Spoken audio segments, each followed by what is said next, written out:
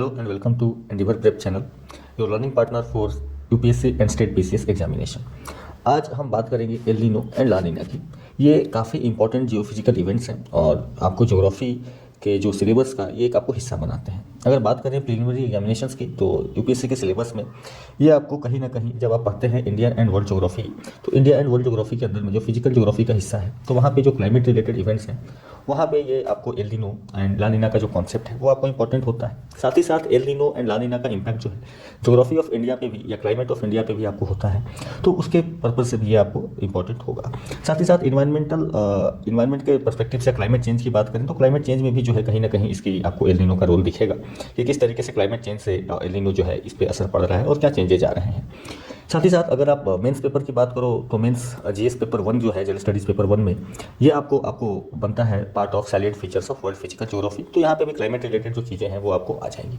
इसके अलावा अगर आप बात करो इंपॉर्टेंट जियोफिजिकल फेनोमेना जो है तो यहाँ पे इंक्लूडिंग वाटर बॉडीज़, तो वाटर बॉडीज़ का जो पोर्शन है क्रिटिकल ज्योग्राफिकल फीचर्स, तो इंक्लूडिंग वाटर बॉडीज़, तो वाटर बॉडीज़ डायरेक्टली तो नहीं बट इनडायरेक्टली कहीं ना कहीं इसका इंपैक्ट जो है आपको पड़ेगा L Nino and La Neena का ऑन दिस वाटर बॉडीज़ पे भी पड़ता है। सो इसको हम समझने का प्रयास करते हैं कि किस तरीके से ये फीचर्स हैं, ये क्या है, और ये कॉन्सेप्ट जो है काफ़ी कॉन्सेप्चुअल है बट साथ ही साथ ये आपको स्टैटिक के साथ साथ ये कहीं ना कहीं आपको करंट रिलेवेंस में इसका हमेशा बना रहता है, क्योंकि ये आपको हर 2 साल 4 साल में ये न्यूज़ में आपको आते रहते हैं। जैसे कि आप देखेंगे तो इस साल का अगर न्यूज़ देखें तो El Nino will suppress rainfall in August, तो ये आईएमडी की रिपोर्ट है, दिस इज 23 का ये आपको न्यूज़ है। तो आपको कहीं ना कहीं एल नीनो का डायरेक्टली और इनडायरेक्टली जो रोल है वो इंडिया पे भी पड़ता है।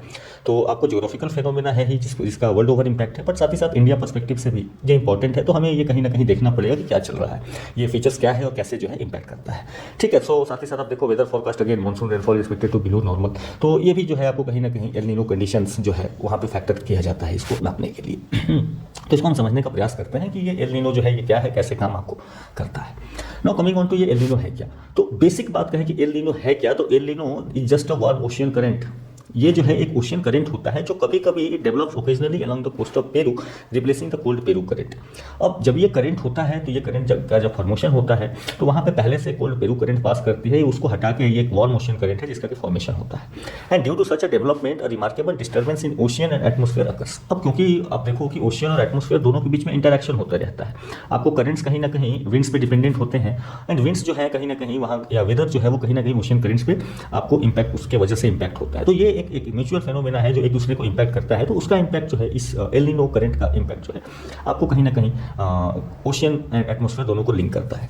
एंड ये this disturbance last for over year bringing droughts, heavy rainfall, severe spells of heat and cold and high incidence of cyclonic storms in various part of Pacific and its eastern coast. तो आप Pacific और ocean के reason में ये पूरा impact करेगा। साथ ही साथ इसका थोड़ा बहुत इंपैक्ट जो है इंडियन ओशियन के रीजन में भी होता है। तो बिफोर हम इन चीज़ों को समझें हमें थोड़ा सा लोकेशन समझना पड़ेगा कि है क्या।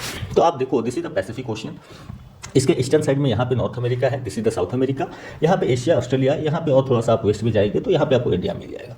अब होता क्या है नॉर्मली कि यहाँ पे एक ओशियन करंट फ्लो करता है जिसको हम कहते हैं पेरू करंट। ये जो ओशियन करंट है इसका ये इस डायरेक्शन में फ्लो करता है। ये जो पेरू करंट होता है, ये पेरू करंट जो है ये एक कोल्ड करंट है। अब कोल्ड वाटर करंट जो होता है वो क्या करता है, वो ठंडा पानी गर्म इलाकों में लेके जाता है, तो उसको कोल्ड करंट बोलते हैं। कहने का मतलब यहाँ से जो पानी जा रहा है इस रीजन में वो थोड़ा ठंडा होगा कंपेयर टू द ओशियन का जो नॉर्मल वाटर है। किसी साल क्या होता है कि यहाँ पे एक अनयूजुअल करंट डेवलप करता है जो कि जिसका डायरेक्शन कुछ इस तरीके से हो जाता है, और ये जो डायरेक्शन ये जो करंट डेवलप होता है किसी साल में, इसको हम कहते हैं एल नीनो करंट। इसको क्या कहते हैं, एल नीनो करंट। ये एल नीनो करंट का डेवलपमेंट होता है। अब देखो जब ये एल नीनो करंट का डेवलपमेंट होता है तो होता क्या है कि ये वार्म करंट है, ये एक गर्म करंट है, और जब ये एल नीनो करंट का डेवलपमेंट होता है तो यहाँ से जो पेरू करंट है ये गायब हो जाता है और यहाँ पे एल नीनो करंट जो है आपको आ जाता है। तो वो नॉर्मली ये रीजन यहाँ पे कोल्ड करंट फ्लो कर रहा था इस रीजन से, और जब कोल्ड करंट फ्लो करेगा तो इस रीजन को क्या करके रखता है, वो ड्राई करके रखते हैं। तो कोल्ड करंट जहाँ से भी फ्लो करते हैं उस रीजन में वो ड्राई कंडीशंस क्रिएट करते हैं। तो नॉर्मली जो कि ये ड्राई करंट होता है, ड्राई कंडीशन हुआ करते हैं, वहाँ पे आप कहीं ना कहीं देखोगे कि एक तरीके से अब यहाँ पे वार्मर कंडीशंस क्रिएट हो रहे हैं, और वार्मर कंडीशंस जब क्रिएट होंगे तो ये आपको एटमोस्फेयर में कुछ चेंजेस लेके आएंगे। एटमोस्फेयर में चेंजेस साथ ही साथ जो आपको रेनफॉल है या ड्राउट्स हैं उस कंडीशंस में भी कहीं ना कहीं ह्यूमिडिटी में आपको प्रेसिपिटेशन में उसमें बदलाव लेकर के आएंगे। और ये एक जो इवेंट होता है जो इस एल नीनो करंट की वजह से प्रोड्यूस हुआ है, तो इसका इंपैक्ट आपको पूरा इस रीजन में भी देखने मिलता है, इस रीजन में भी देखने मिलता है। और ये जो पूरा का पूरा इवेंट रिलेटेड है हम उसी को जो है एल नीनो फेनोमेना के नाम से जानते हैं। ठीक है, तो ये एक बेसिक चीज़ आप ध्यान रखें। अब है कि भाई इसका डेवलपमेंट होता कैसे, तो हमें ये समझना है। आप पहले ये समझो, उसके लिए हमें एक एटमॉस्फेयर की बेसिक अंडरस्टैंडिंग डेवलप करनी पड़ेगी। एटमॉस्फेयर में बेसिक बेसिकली क्या होता है कि जहाँ पे भी टेम्परेचर जो बढ़ता है, अगर टेम्परेचर बढ़ेगा, ठीक है, टेम्परेचर जब बढ़ता है तो क्या होता है, टेम्परेचर बढ़ रहा है इसका मतलब कि हीटिंग हो रही है, और हीटिंग होगी जहाँ भी, तो वहाँ पे एयर क्या करता है, एयर राइज करना स्टार्ट करता है, एयर राइजेस। अब जैसे ही एयर राइज करना स्टार्ट करेगा तो यहाँ पे प्रेशर क्या हो जाता है, प्रेशर डिक्रीज कर जाता है, प्रेशर क्या करता है, डिक्रीज कर जाता है। यानी कि जहाँ पे भी टेम्परेचर बढ़ेगा तो वहाँ पे प्रेशर क्या हो जाएगा, लो हो जाएगा, यानी कि लो प्रेशर कंडीशंस जो है वो क्रिएट हो जाती हैं। अब ये एयर ऊपर राइज करेगा, राइज करने के बाद ऊपर में आपको जैसा कि पता है तो यहाँ पे ट्रोपोपॉज होता है। ट्रोपोपॉज क्या है, तो ट्रोपोस्फेयर एंड स्ट्रेटोस्फेयर के बीच का लेयर है, तो यहाँ पे ये ट्रोपोस्फेयर है एंड इसके ऊपर में स्ट्रेटोस्फेयर है। तो स्ट्रेटोस्फेयर जो है वहाँ पे ये नीचे से जो एयर जा रही है इसको क्रॉस नहीं कर सकती है, ठीक है, क्योंकि ये उससे गर्म हो जाती है। जो ट्रोपोस्फेयर होता है वो गर्म हो जाता है कंपेयर टू द एयर, तो एयर जो है ठंडा है, ठंडा एयर कभी राइज नहीं कर सकता, तो इसके वजह से जो है ये इस तरीके से बेंड कर जाते हैं, ये मुड़ जाते हैं, ये कंडीशन आपको हो रहा है। तो आप देखो कि जैसे ही हीट हुआ एयर राइज करना स्टार्ट हो गया, नीचे जमीन पे लो प्रेशर क्रिएट हो गया, ठीक है। अब क्या होगा, हर डायरेक्शन से इस तरीके से एयर जो है ये आपको जो है यहाँ पे मूव कर रहा है, मूव करना स्टार्ट करेगा हर डायरेक्शन से। इसी तरीके से जब कहीं पे, जब आपका टेम्परेचर लो होता है, टेम्परेचर लो होगा, तो टेम्परेचर जब लो होता है तो क्या होता है, एयर डेंस होता है, और एयर डेंस होने की वजह से एयर क्या करता है, एयर नीचे की ओर सिंक करता है, एयर जो है नीचे की ओर सिंक करना स्टार्ट करता है। जब एयर नीचे की ओर सिंक कर रहा है तो ये क्या करेगा, ये प्रेशर को बढ़ा देगा, ये प्रेशर को इंक्रीज कर देगा, यानी कि यहाँ पे हाई प्रेशर कंडीशंस क्रिएट हो जाते हैं। तो ये चीज़ ध्यान रखना, लो टेम्परेचर होगा तो आपको क्या बनेगा, हाई प्रेशर बनेगा, हाई टेम्परेचर होगा तो लो प्रेशर बनेगा। अब एयर सिंक कर रहा है तो ये एयर जो घुमा था ये ऐसे जाएगा और this will start coming down, और यहाँ पे हाई प्रेशर का एरिया बन रहा होगा नीचे में, तो यहाँ पे एयर जाने के बाद अब नीचे कहाँ जाएगी, तो ये इस तरीके से टर्न करना स्टार्ट कर देगी। इस तरीके से बहुत सारे वेरियस नंबर ऑफ सेल्स का जो है वो फॉर्मेशन होता है, ठीक है। तो ये कॉन्सेप्ट आप याद रखें कि जहाँ पे भी आपको हाई टेम्परेचर होगा वहाँ पे एयर राइज करेगा, लो प्रेशर क्रिएट कर देगा, जहाँ भी एयर सिंक कर रहा होगा वहाँ पे क्या करेगा, वहाँ पे आपको हाई प्रेशर क्रिएट कर देगा, ठीक है। और टेम्परेचर वहाँ पे कम होता है तो और उसको मदद करता है। अब जो है यहाँ पे एक चीज़ आपको और ध्यान देना है कि रेनफॉल कब होता है। रेनफॉल होने के लिए एक मिनिमम कंडीशन है कि जो मॉइस्चर है विंड में, वहाँ पे तो मॉइस्चर होनी चाहिए। मॉइस्चर होने के साथ साथ ये ह्यूमिडिटी के कॉन्सेप्ट में हम डिस्कस करेंगे कि किस कंडीशन में होगा, बट नॉर्मल आप मानो कि सारे कंडीशन फुलफिल हैं, जितनी हमको ह्यूमिडिटी चाहिए उतना ह्यूमिडिटी अवेलेबल है। उस ह्यूमिडिटी अवेलेबल होने के बाद भी कहीं ना कहीं एयर को राइज होना पड़ेगा। एयर जब राइज होता है, राइज होने के साथ ही एयर कूल होगा, और जब एयर कूल होगा तभी जाके जो है आपको रेनफॉल होगी। तो वो चाहे आपको किसी माउंटेन के थ्रू, इस तरीके से माउंटेन सामने में आ गया, एयर मूव कर रहा है, तो ऊपर जाके क्या होगा, ठंडा होगा, और ठंडा होने के बाद ये रेनफॉल कराएगा। एक कंडीशन ये हो सकता है। दूसरा कंडीशन ये भी हो सकता है कि हीटिंग की वजह से जो है ये एयर का पैकेट ऊपर उठना स्टार्ट करते हैं। जब ऊपर उठना स्टार्ट करेगा, जैसे जैसे एटमॉस्फेयर में आप ऊपर जाते हैं तो क्या होती है, कूलिंग होती है। ऊपर एटमॉस्फेयर क्या होता है, ठंडा होता है, इन्वायरमेंटल एक्सरेट होता है वहाँ पे, तो आपको एयर जो है वो ठंडा होता है, और ठंडा होने के साथ ही उसकी जो मॉइस्चर होल्डिंग कैपेसिटी है वो क्या होती है, टेम्परेचर के साथ कम होती है। जैसे जैसे टेम्परेचर कम होता जाएगा उसकी मॉइस्चर होल्डिंग कैपेसिटी भी कम होती जाती है, वो मॉइस्चर को नहीं रख सकता, तो फाइनली वो आपको रेनफॉल होना स्टार्ट हो जाता है। तो ध्यान रखें, कभी भी जब राइजिंग एयर होगा तो राइजिंग एयर आपको क्या कराएगा, राइजिंग एयर आपको रेनफॉल करा सकता है। This can do rainfall. कभी भी रेनफॉल होगा तो वो राइजिंग एयर के साथ ही होगा। अब वो राइजिंग कैसे भी हो, ठीक है, फ्रंट्स की वजह से हो, आपको माउंटेन की वजह से हो, या फिर नॉर्मली हीटिंग की वजह से राइज करे, ठीक है।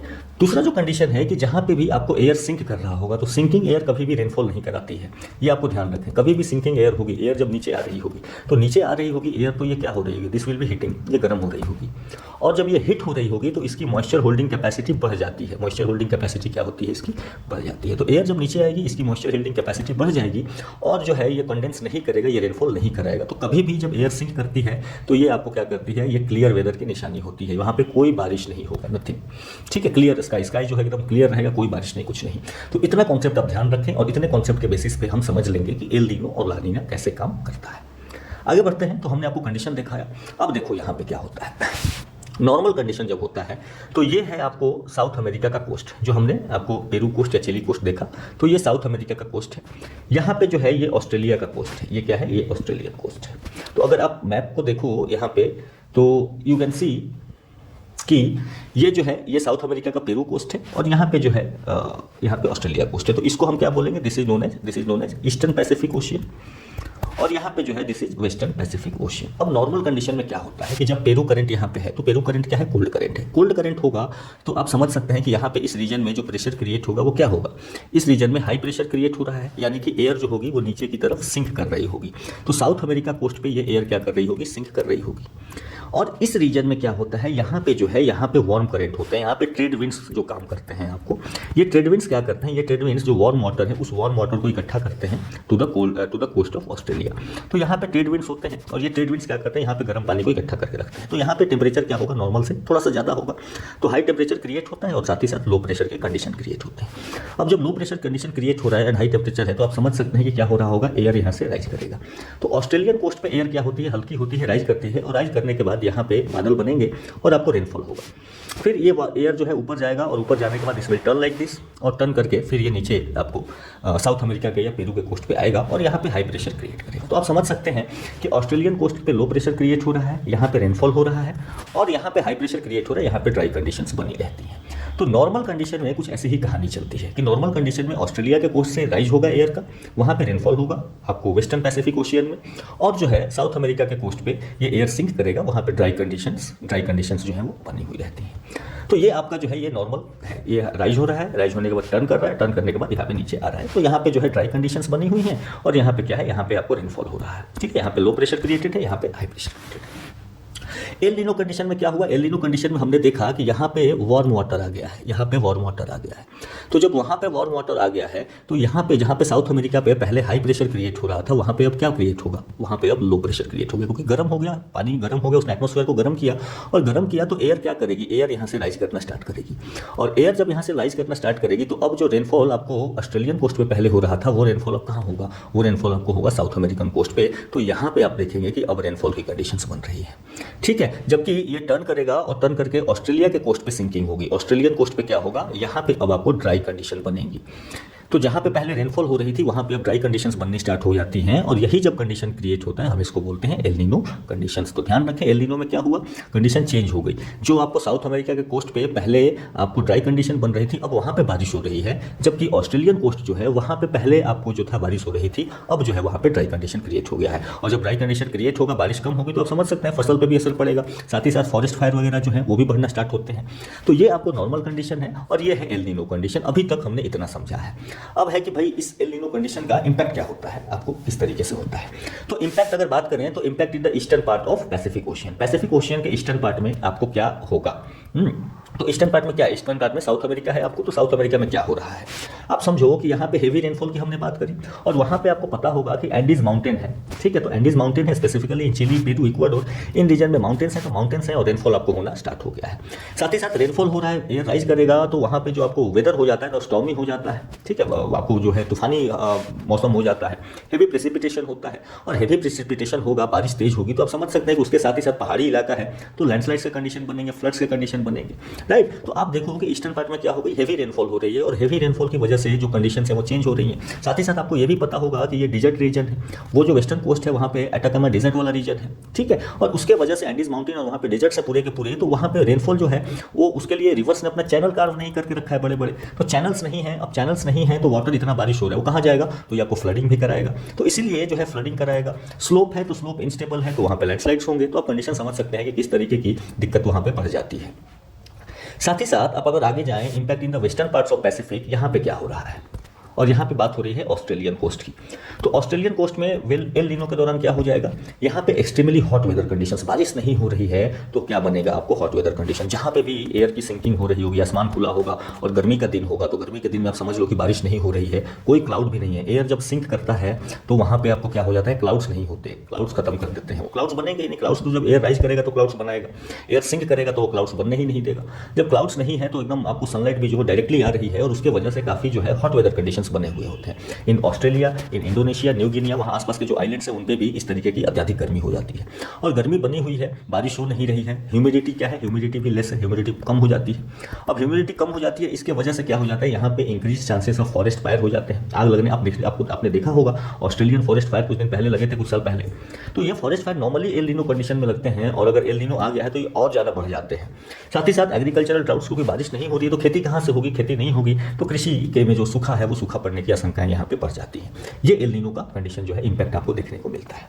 साथ ही साथ अगर इकोलॉजिकल इम्पैक्ट की बात करें तो आप देखो कि फ्लड्स एंड ड्राउट्स दोनों जो हो रहे हैं, एक रीजन में फ्लड हो रहा है और एक रीजन में ड्राउट हो रहा है, दोनों ही चीज़ें खराब हैं। This leads to proliferation and spread of disease. बारिश ज़्यादा हो गई, फ्लड हो गया तो भी आपको क्या होता है, डिजीज स्प्रेड होता है। क्यों? क्योंकि वाटर स्टैग्नेट करता है, पानी जमता है, तो उससे क्या होता है, वहाँ पे डिजीज का प्रोलिफरेशन बढ़ जाता है। अगर पानी कम हो गया, वाटर रिड्यूस हो गया, तो वाटर स्कैर्सिटी क्रिएट हो जाती है, और वाटर स्कैर्सिटी क्रिएट होने पे भी लोगों को सैनिटेशन एंड उनके नीड्स के लिए वाटर कम पड़ने लगता है, तो उससे भी क्या होता है, स्प्रेड ऑफ डिजीज हो जाता है। आपको जानवर मरने लगते हैं, मर के इधर उधर जो है पड़े हुए हैं, तो उससे भी आपको बैक्टीरिया वगैरह जो है उनका ग्रोथ आपको बढ़ जाता है। साथ ही साथ हेवी रेनफॉल जो हो रहा है lead to plant growth in desert. अब आपको बताया ना, एंडीज वहाँ पे माउंटेन्स हैं, तो साउथ अमेरिका में वहाँ पे माउंटेन्स और डेजर्ट का एरिया है, लेकिन रेनफॉल होगा तो वहाँ पे क्या होगा, प्लांट ग्रोथ होने लगेगा। अब जैसे ही प्लांट ग्रोथ हो रहा है एरिड रीजन में, तो एक बात होती है इकोलॉजिकल बैलेंस की, जहाँ पे नॉर्मली नहीं होता है आपको प्लांट का ग्रोथ, बट अगर प्लांट का ग्रोथ होना शुरू हो गया तो धीरे धीरे वहाँ पे और भी जो जानवर हैं वो आना शुरू हो जाएंगे, और भी other types of living organisms आएंगे, तो it leads to growth of deer, mice etcetera हो जाएंगे। अब डियर, माइस एक्सेट्रा ये जब बढ़ेंगे तो ये भी क्या करेंगे, ये डिजीज को और बढ़ाते हैं, और जो उधर डिजीज फैल रही है उनको और लोगों के बीच में भी ले जाकर फैलाते हैं। तो आप देखेंगे कि डिजीज की संख्या भी जो है बढ़ गई। साथ ही साथ due to rise in temperatures fish population decline impacting the economy of the region. अब देखो होता क्या है, क्योंकि एक ध्यान रखना कि जो फिशिंग होती है, fishing always is conducive in cold water. Water come temperature रहेगा उसका, बहुत ज़्यादा कोल्ड ना हो, नॉर्मली कोल्ड हो, तो वहाँ पे फिशिंग क्या होती है, बेहतर होती है। अब होता क्या है यहाँ पे कि ये साउथ अमेरिका का कोस्ट है, और साउथ अमेरिका कोस्ट पे मैंने बताया इस डायरेक्शन में ट्रेड विंड्स चल रही हैं। यहाँ पे क्या चलती है, ट्रेड विंड्स चलती हैं। नॉर्मल कंडीशन में ट्रेड विंड्स चलती हैं, तो ये वाटर को क्या करती हैं, वाटर को ले जाके यहाँ पे ऑस्ट्रेलियन कोस्ट पे थोड़ा सा इकट्ठा करती हैं। अब वाटर इकट्ठा करेंगे तो वाटर ऐसे ऊपर होगा, तो यहाँ पे वेट बढ़ेगा तो ये नीचे की तरफ आएगा, और यहाँ से जो वाटर मूव हुआ है वो एक साइकिल क्रिएट होता है, और वाटर इस तरीके से ऊपर की तरफ आता है। ठीक है, तो एक साइकिल जो है वाटर का भी आपको फॉर्म होता है। नीचे से क्या होता है, ये कोल्ड वाटर होता है, और नीचे से कोल्ड वाटर क्या होता है, ऊपर जा रहा है। जब कोल्ड वाटर नीचे से ऊपर जा रहा है तो ये बहुत सारा न्यूट्रिएंट्स को लेके जाएगा, और क्योंकि बहुत सारे न्यूट्रिएंट्स को लेके जा रहे हैं तो यहाँ पे फिशेज का ग्रोथ क्या होता है, अच्छा होता है in the normal conditions. Fishes का ग्रोथ अच्छा हो रहा है, और साउथ अमेरिका के लोग खूब मजे से फिशिंग कर रहे हैं, और उनकी इकोनॉमी खूब अच्छी चल रही है। साथ ही साथ कोरल वगैरह जो है थोड़े बहुत उनको भी अच्छा लग रहा है कि भाई न्यूट्रिएंट्स मिल रहे हैं अपने को। बट अब कंडीशन चेंज हो जाएगी एल नीनो में। एल नीनो में क्या हो जाएगा, जब एल नीनो आएगा तो हमने बताया ट्रेड विंड्स जो है वो कमजोर पड़ जाती हैं, और यहाँ पे जो कोल्ड वाटर था अब यहाँ पे वार्म वाटर आ गया है, वार्म वाटर आ गया है। ये ट्रेड विंड्स चल नहीं रही है, ये ट्रेड विंड्स जो पानी इकट्ठा करती थी ये जा नहीं रही है, तो अब वाटर यहाँ पे इकट्ठा हो ही नहीं रहा है। तो ये जो साइकिल था आपका कि यहाँ पे वाटर जो है ऊपर की तरफ आता था, समंदर के अंदर से न्यूट्रिएंट्स लेके आता था, ये बंद हो गया है। अब पानी नीचे से ऊपर नहीं आ रहा है, यहाँ पे वार्म वाटर भरा हुआ है, यहाँ पे क्या है, वार्म वाटर भरा हुआ है। तो नीचे से जो न्यूट्रिएंट्स जाने का प्रक्रिया था वो क्या हो गया है, वो बंद हो गया है। तो फिशेज क्या होती है, फिशेज का ग्रोथ कम हो जाता है, फिशेज धीरे धीरे डाई करने लगते हैं क्योंकि उनको न्यूट्रिएंट्स नहीं मिलता है। और फिशेज का ग्रोथ कम होगा तो आप समझ सकते हो कि वहाँ की जो इकोनॉमी है, जो कि फिशेज पे ज़्यादा डिपेंड है, उसकी इकोनॉमी पे भी क्या होता है, असर पड़ता है। तो उसकी इकोनॉमी जो है वो आपको खराब होने लगती है। ठीक है, तो वहाँ के फार्मर्स जो है पहले मनाते थे कि भाई अपने को भी बारिश चाहिए, और बारिश होगी तो जम के खेती करेंगे, लेकिन जिस साल बारिश होने लगती है उस साल उनकी फिशिंग इकोनॉमी जो है वो खराब होने लगती है। तो लोग कहते हैं कि नहीं, पहले वाला ही जो था वो ठीक था। तो इंसान को किसी में संतुष्टि नहीं है, और वेदर दोनों मौका कभी कभी इनको देते रहती है। साथ ही साथ there is also impact on the coral life, तो कोरल लाइफ पे भी इंपैक्ट पड़ेगा। आप समझो कि फिशिंग इधर खराब हुई होगी, और ऑस्ट्रेलियन कोस्ट पे क्या हुआ होगा, ऑस्ट्रेलियन कोस्ट जहाँ पे पहले एग्रीकल्चर हुआ करता था वहाँ पे एग्रीकल्चर खराब हो जाएगा, तो ये भी फार्मर्स को भी नुकसान है। तो एल नीनो कंडीशन आप देखो कि इस तरीके से दोनों रीजन की इकोनॉमी पे असर डालता है, वहाँ के एनवायरमेंट पे असर डालता है, डिजीज वगैरह बढ़ रही है, वहाँ की जो कंडीशंस है वाटर अवेलेबिलिटी की उसको असर कर रहा है, साथ ही रेनफॉल में चेंजेस ला रहा है। तो बहुत सारे चेंजेस जो है ये एल नीनो के कंडीशन देता है। अब होता है कि भाई इसके कारण क्या है, क्यों ऐसा डेवलप करता है, ये जो साइकिल है ये एल नीनो करंट डेवलप क्यों करता है। तो इसको लेकर के बहुत सारी थियरीज हैं, लोगों के अपने अपने हाइपोथेसिस हैं, बट कोई प्रूफ नहीं है कि ये क्यों हो रहा है। ये हर इसका साइकिल चलता है 5 से 7 साल के बीच में एक बार ये एल नीनो डेवलप करता है, फिर धीरे धीरे कम होता है, फिर डेवलप करता है। लेकिन ये होता क्यों है, इसको लेकर के अभी तक 100% कोई भी फैक्ट या प्रूफ नहीं है, हाइपोथेसिस है। एक हाइपोथेसिस कहती है कि it is the result of huge amount of heat released on the sea floor. तो सी फ्लोर आपको पता होगा कि सी फ्लोर से कभी कभी यहाँ पे जो है मैग्मा का इरप्शन होते रहते हैं, बहुत सारे क्रैक्स एंड फिशर्स होते हैं। तो क्रैक्स एंड फिशर्स के थ्रू लोगों का मानना है कि यहाँ पे जो है मैग्मा नीचे से ऊपर आती है, और जब मैग्मा नीचे से ऊपर आती है यानी लावा जो बाहर आती है, तो वो क्या करता है, सी फ्लोर पे आता है और वो पानी को गर्म करता है, तो पानी गर्म हो जाता है। ये एक हाइपोथेसिस है, अगेन हम बात करें हाइपोथेसिस है, कोई 100% इसका आपको कंक्रीट एविडेंस नहीं है। कुछ लोगों का मानना है कि नहीं, this is a result of high snowfall over Asia. तो एशिया वाला जो रीजन है वहाँ पे थोड़ी बहुत वहाँ पे स्नोफॉल ज़्यादा होता है, और स्नोफॉल ज़्यादा होने की वजह से ये जो लैंडमास को हिट होना चाहिए था वो हिटिंग कम होती है आपको एशिया वाले रीजन में। तो आप समझो कि यहाँ पे एशिया है, यहाँ पे ऑस्ट्रेलिया है, यहाँ पे साउथ अमेरिका, तो मानना है कि इसकी हीटिंग कम होती है। इसकी हीटिंग कम होती है तो इसके साथ साथ जुड़ा हुआ ये पूरा का पूरा ओशियन भी कम हीट होता है और इसी वजह से यहाँ पे टेम्परेचर कम डेवलप होता है। जब यहाँ पे टेम्परेचर कम बढ़ा तो आपको क्या होगा, हाई प्रेशर बनेगा और एल नीनो की कंडीशंस बनेगी। तो अगेन ये भी एक हाइपोथेसिस है, इस पर भी कोई 100% कोई अभी श्योरिटी नहीं है। आने वाले समय में शायद हम पता लगा लें कि किस तरीके से चल रहा है। तो ये जो पूरी की पूरी कंडीशन थी, ये थी आपको एल नीनो की कंडीशन। अब आगे बढ़ते हैं कि ये ला नीना क्या है। अच्छा, ये जो ला नीना है, ये जो है नॉर्मल सर्कुलेशन की जो हमने बात करी थी, जो सॉदर्न पैसिफिक ओशियन में चलेगा कि ऑस्ट्रेलिया होगा और ऑस्ट्रेलिया से यहाँ पे ये ऊपर जाएगा, यहाँ पे रेनफॉल कराएगा, इस तरीके से मूव करेगा और नीचे आएगा साउथ अमेरिका के कोस्ट पे, यहाँ पे हाई प्रेशर क्रिएट करेगा, ड्राई कंडीशन करेगा। तो ये हमने नॉर्मल चीज़ देखी थी। यही जो साइकिल है, ये साइकिल अगर और स्ट्रॉन्ग हो जाती है, strengthening of the normal circulation over the southern Pacific Ocean is known as La Nina. कहने का मतलब जो यहाँ पे एयर पहले थोड़ी थोड़ी राइज होती थी, अब ज़्यादा राइज होगी। रेनफॉल जो पहले नॉर्मली होता था, अब क्या होगा, यहाँ पे हेवी रेनफॉल होगा। ठीक है, ये जो ड्राई कंडीशन क्रिएट होता था, ये वेरी ड्राई कंडीशन हो जाएगा। तो वैसा जब कंडीशन होता है तो हम उसको क्या कहते हैं, that is known as La Nina condition. तो नॉर्मल साइकिल को ही और स्ट्रेंथन कर दिया गया, तो वो क्या हो गया, वो आपको ला नीना कंडीशन कहते हैं। The trade winds get strengthen, हमने बात करी थी कि यहाँ पे जो ऑस्ट्रेलियन के साइड में जो है ट्रेड विंड्स जाके पानी इकट्ठा कर रही थी, ये ट्रेड विंड्स और मजबूत हो गई और गर्म कर रही है और जो है ये ऊपर की तरफ जा रहा है, लो प्रेशर क्रिएट कर रहा है, रेनफॉल करा रहा है। ठीक है, अब क्या हो रहा है, this leads to higher rainfall over Australia and nearby regions while the coastal deserts of Peru and Chile becomes more dry. तो ये ज़्यादा ड्राई हो गए, ये यहाँ पे ज़्यादा रेनफॉल हो गई। तो ज़्यादा होना भी खराब है, नॉर्मल से ज़्यादा बारिश हो रही है तो आपको क्या कराएगी, हेवी रेनफॉल फ्लड कराएगी। ये बहुत ज़्यादा ड्राई कंडीशन है तो यहाँ पे जो वेजिटेशन है या जो भी लोग हैं वो डेथ करने लगेंगे, यहाँ पे स्कैरसिटी हो जाएगी। एक तो डेजर्ट कंडीशन आपका ऐसे ही ड्राई होता है, ऊपर से और ड्राई हो गया तो आप समझ सकते हो कि पानी की किल्लतें जो है वो बढ़नी शुरू हो जाएगी। तो that's what we have explain the La Nina condition कि यहाँ पे जो ऑस्ट्रेलियन कोस्ट था, यहाँ पे ये और ज़्यादा बारिश होने लगी। ठीक है, और यहाँ से ये घूम के इधर जा रहा है और यहाँ पे सिंकिंग ज़्यादा बढ़ गई, सिंकिंग ज़्यादा बढ़ेगी, यहाँ पे ड्राई कंडीशन क्या हो जाएगा, वेरी हाई ड्राई कंडीशन हो जाएंगे। तो ये कहानी हमने देखी। ठीक है, अब जो है ये आप देखो कि इसके बाद जो है कि भाई इसको नापते कैसे हैं। तो एल नीनो को नापते कैसे हैं या कैसे हमें पता चलता है कि एल नीनो या ला नीना का कंडीशन बना हुआ है। तो दो जगह आपको ध्यान रखनी है। एक ध्यान रखनी है, ये है ताहिती, इस जगह को बोलते हैं ताहिती। ये आपको ईस्टर्न पैसिफिक ओशियन में है, this is in eastern Pacific ocean. तो साउथ अमेरिका के वेस्ट में है, एक आइलैंड है। इसके अलावा दूसरा जो इलाका है उसको कहते हैं डार्विन, ये आप दिख रहे होंगे ऑस्ट्रेलिया के पास है। तो हमने बताया कि रेनफॉल या आपको किस तरीके से होगा, तो प्रेशर कंडीशन अगर हम नाप लें तो हमें क्लियर पता चल जाएगा। जहाँ पे प्रेशर कम होगा, यहाँ पे लो प्रेशर, यहाँ पे हाई प्रेशर, तो हम पता चल जाएगा कि रेनफॉल यहाँ होगा और यहाँ पे नीचे आके आपको सिंकिंग होगी। ये हम आइडिया लगा लेते हैं। तो इसी आइडिया से अगर हम नाप लें कि डार्विन में प्रेशर कितना है और ताहिती में प्रेशर कितना है, तो दोनों जगह के प्रेशर का अगर हम आइडिया निकाल लें तो हमें पता चल जाएगा कि भाई क्या डिफरेंस बन रहा है, किस तरीके से एयर का मूवमेंट होगा। तो हम क्या करते हैं, एल नीनो को जब नापना होता है तो हम देखते हैं कि भाई अगर डार्विन पे प्रेशर ज़्यादा है और डार्विन पे प्रेशर ज़्यादा है और आपको ताहिती पे प्रेशर कम है, तो क्या बनेगा, वो एल नीनो का कंडीशन बनेगा। क्यों, डार्विन पे प्रेशर ज़्यादा है, इसका मतलब एयर काफ़ी ज़्यादा सिंक कर रहा होगा और इसी सिंकिंग एयर ने क्या कर रहा है, प्रेशर को बढ़ा के रखा है। तो जब सिंकिंग एयर ज़्यादा है, यहाँ पे प्रेशर बढ़ा के रखा है, तो डेफिनेटली यहाँ पे रेनफॉल नहीं होगा, ड्राई कंडीशन बनेंगे और एल नीनो का कंडीशन यही तो बताता है। सिमिलरली जब ला नीना की बात करेंगे तो यहाँ पे डार्विन पे प्रेशर क्या हो जाएगा, काफ़ी कम हो जाएगा। तो डार्विन पे प्रेशर कम हो जाएगा, ताहिती पे ज़्यादा है, यानी कि यहाँ पे एयर सिंक कर रही है और इस रीजन में एयर क्या कर रही है, राइज कर रही है। तो वो आपका क्या कंडीशन बन जाएगा, ला नीना का कंडीशन बन जाएगा। ठीक है, अच्छा एक टर्म आप इसी से ध्यान रखें, वॉकर सर्कुलेशन। ये जो वॉकर सर्कुलेशन होता है, ये क्या होता है, तो जो हमने सेल देखा कि यहाँ से ऑस्ट्रेलिया के कोस्ट से ऊपर जा रहा था, टर्न कर रहा था, टर्न करने के बाद आपको नीचे आ रहा था, ट्रोपोस्फेयर के बाद से आपको ट्रोपोस्फेयर के हाइट पे जाके ये टर्न कर जाता था, ट्रोपोपॉज पे नीचे आता था एंड फिर इस तरीके के आपको सेल बन रहे हैं। ठीक है, तो ये ऑस्ट्रेलिया था, ये नॉर्थ अमेरिका था। इस तरीके के बहुत सारे सेल्स जो हैं वो आपको बनते हैं ओवर द ग्लोब और उन्हीं सेल्स को क्या कहते हैं, इनको कहते हैं वाकर सर्कुलेशन। तो वाकर सर्कुलेशन जो है इनका क्रिएशन होता है because of atmospheric and ocean interaction. तो उनके हीटिंग एंड कूलिंग की वजह से डिफरेंट प्रेशर सिस्टम्स क्रिएट होती है और उसके वजह से क्या होता है, विंड का मूवमेंट होता है और उसी विंड के मूवमेंट की वजह से आपका क्या क्रिएट होता है, वाकर सर्कुलेशन क्रिएट होता है। और ये वाकर सर्कुलेशन जो है ये ऑल ओवर द वर्ल्ड जो है आपको वेदर को इम्पैक्ट करते हैं। तो इनका इम्पैक्ट जो है आपको इंडिया में भी देखने को मिलता है, ये हमें ध्यान रखना है। अब भाई की बात, इसका इंडियन मानसून पे क्या इंपैक्ट है, इंडियन मानसून पे कोई किस तरीके से इंपैक्ट करते हैं, तो ध्यान रखें हम जो है impact of El Nino and La Nina is also felt over Indian ocean and monsoon over Indian and south east Asia. तो ये हमारे मानसून को भी इसका असर पड़ता है। अब कैसे पड़ता है, क्या इंपैक्ट करता है, इसको हम अगले या दूसरे वीडियो में समझने का प्रयास करेंगे।